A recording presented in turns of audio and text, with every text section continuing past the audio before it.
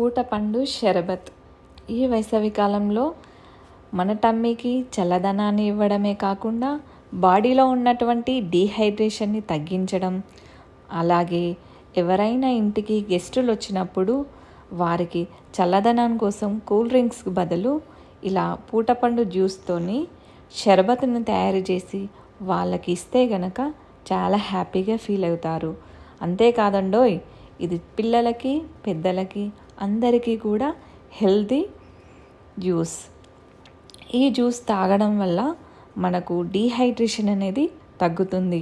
అలాగే టమ్మీకి కూడా చాలా హాయినెస్ని ఇస్తుంది. కడుపు చల్లగా ఉంటుంది. అలాగే తాగిన కొద్దీ ఇంకాస్త తాగాలి అనిపిస్తూ టేస్టీగా కూడా ఉంటుంది.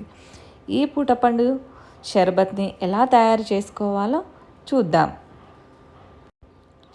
ముందుగాలు ఒక బౌల్లో వాటర్ని మరిగించుకుందామండి. ఈ మరుగుతున్న వాటర్లో నేనైతే కప్పడన్ని సగ్గుబియ్యాన్ని, నానబెట్టిన సగ్గుబియ్యాన్ని తీసుకున్నాను. ఈ సగ్గుబియ్యాన్ని పూర్తిగా కూడా ఈ వాటర్లో బాయిల్ కానివ్వండి. ముట్టుకుంటే మెత్తగా జారిపోతూ ఉండాలండి. మెయిన్ ఇంగ్రీడియంట్ ఏంటిది అంటే ఈ పూటపండు షర్బత్లో సాబ్దాన్లు అండి. ఈ సాబ్దాన్లు చాలా చలవదనాన్ని ఇస్తుంది సమ్మర్లో. బాయిల్ అవుతున్నటువంటి సాబ్దాన్లు మధ్య మధ్యలో కలుపుతూ ఉండండి. అడగంటకుండా ఉంటుంది, పైన అట్టు పేరకుండా ఉంటుందండి. వేరొక గిన్నెలో 1/2 లీటర్ వరకు పాలను తీసుకోండి. ఈ పాలను కూడా మరిగించాలి.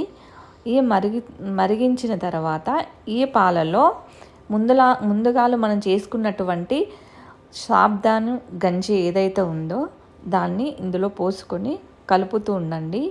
ఈ మిశ్రమాన్ని మినిమం ఒక 5 to 10 minutes పాలల్లో ఉడకనివ్వండి. మధ్య మధ్యలో గరిటెతో కలుపుతూ ఉండండి. పైన అట్టుగా పేరుకుంటుంది, కింద అడుగంటకుండా కూడా ఉంటుందండి. గంటెతో మధ్య మధ్యలో కలుపుతూ ఉండాలి. ఈ కలుపుతున్న మిశ్రమంలోనే కాస్త కస్టర్డ్ పౌడర్ని కూడా యాడ్ చేసుకోవాలండి. ఒక గిన్నెలో 1 స్పూనడంతా కస్టర్డ్ పౌడర్ని తీసుకొని కాస్త వాటర్ పోసి మిక్స్ చేసుకొని ఆ మిశ్రమాన్ని ఈ మరుగుతున్నటువంటి సాబ్దాన్ పాలల్లో వేసుకొని కలుపుకోండి. ఈ కస్టర్డ్ పౌడర్ వల్ల ఈ మిశ్రమం అనేది కాస్త చిక్కబడుతుందండి. మళ్ళీ గంటెతోనే ఒకసారి కలుపుతూ ఉండండి. ఈ మిశ్రమం పూర్తిగా కూడా చల్లారాలండి. చల్లారిన తర్వాతనే నెక్స్ట్ ప్రాసెస్కి వెళ్దాం. ఇప్పుడు ఒక పూటపండుని తీసుకోండి. ఈ పూటపండును చిన్న చిన్నగా ముక్కలుగా చేసుకొని మిక్సీలో బ్లెండ్ చేయండి. బ్లెండ్ చేసుకున్నటువంటి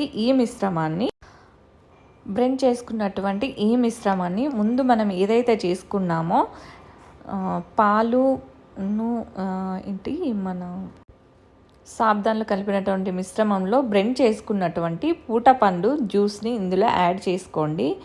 అదేవిధంగా పూటపండు జ్యూస్ మనం చేసుకునేటప్పుడు అదే గ్రైండర్లో మనకు రుచికి సరిపడే అంత చక్కెరను తీసుకోండి.